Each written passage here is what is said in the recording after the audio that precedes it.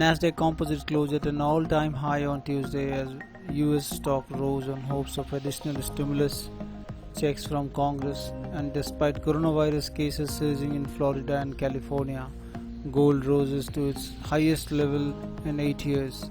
Dow Jones Industrial Average and S&P closes 0.5%, while Nasdaq Composite closes 0.7%.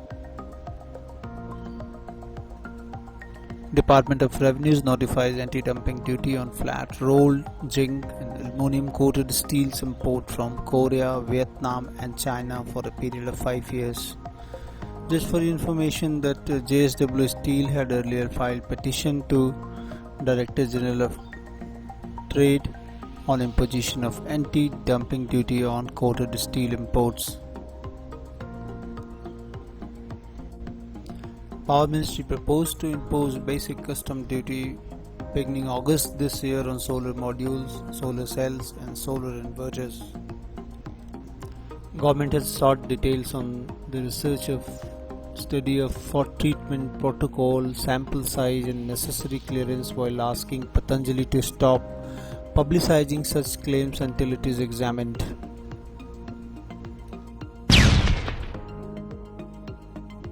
Asian Paint posted its Q4 earnings reports, wherein the company posted all the numbers below street estimates. Profits seen a declining of 6.7%, what street has estimated, and revenue also fell 3% below estimates, and EBITDA also marginally declined below estimates. Only margin, that EBITDA margin, has expanded little bit. Comparing Asian Paint numbers with the previous year's same quarter, revenue were declined by 7%, profit declined 2% and EBITDA declined to 3%. Margin expanded a bit of 80 basis points. Berger Paints Q4 earnings come in lower on the profit and revenue front compared to what Street estimated, while EBITDA and margin come in slightly above expectations.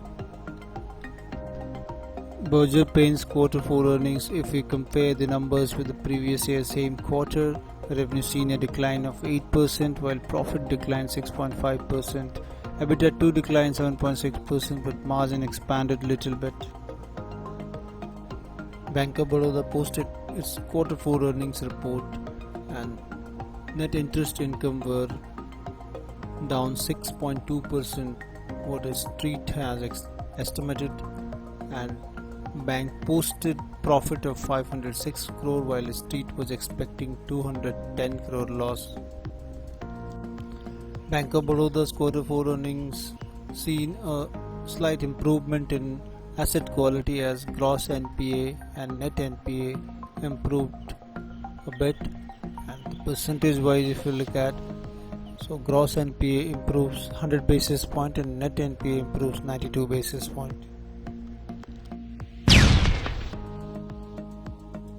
Let us focus on what FIIs did in derivative segment last trading session.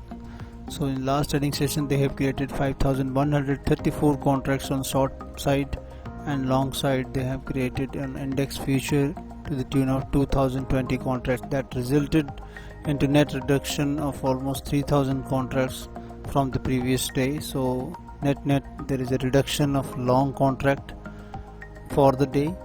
And let us look what they did in put and call options. So in put options we were seeing that they have created a short put of 13,438 contracts, and this resulted into the net reduction of the net long put options.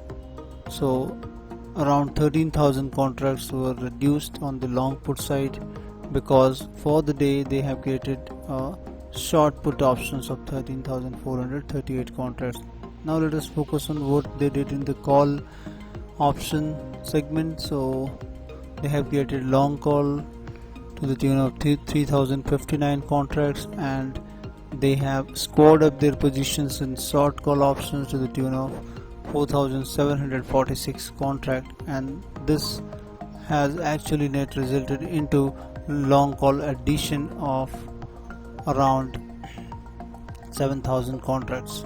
So yesterday was actually dedicated to the making long positions through call options and put options, because they have sold the put options, so they have actually created a bullish bet through the options and liquidated some long positions in the future segment.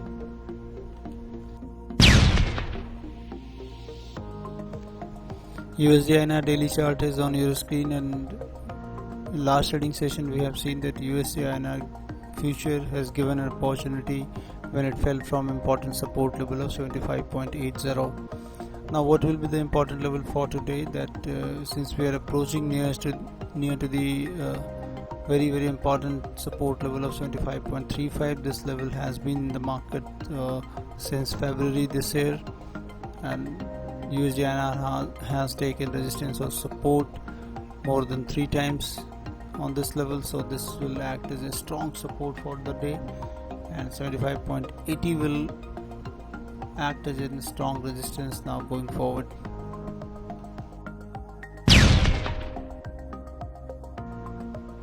This is Nifty daily charts, and we are witnessing that it is forming a bearish kind of formation, which we call a rising wedge kind of formation, and we should be very cautious here since it is approaching near to the resistance of the rising wedge. So that is coming in the form of the upward trend line, and the mark is positioned around 10,500 to 10,550 will be very important for the day for Nifty, since we are moving up in this upward correction. So these will be the important level where market may take resistance, and if any fall from here, it will mark the beginning of at least short-term downtrend, and in that scenario we may see it falling towards the lower boundary of the trend line, which is coming around 9,900. So a final confirmation will only come if it breaks this lower trend line. That will be the final confirmation of a rising wedge. But since it is making it, the chart is still in making, so we must remind the levels where the resistance are coming. So 10,500 to 10,550 will be important level to watch out for in today's trading session. This is Bank Nifty daily chart, and we have seen in last trading session that Bank Nifty closed above the consolidation zone at 22,000 around level. So for today's trading session, 22,000 will again act as a strong support, and any fall below this level or sustain below this level, we may see it sliding towards 21,600. So 22,000 will be important for the day.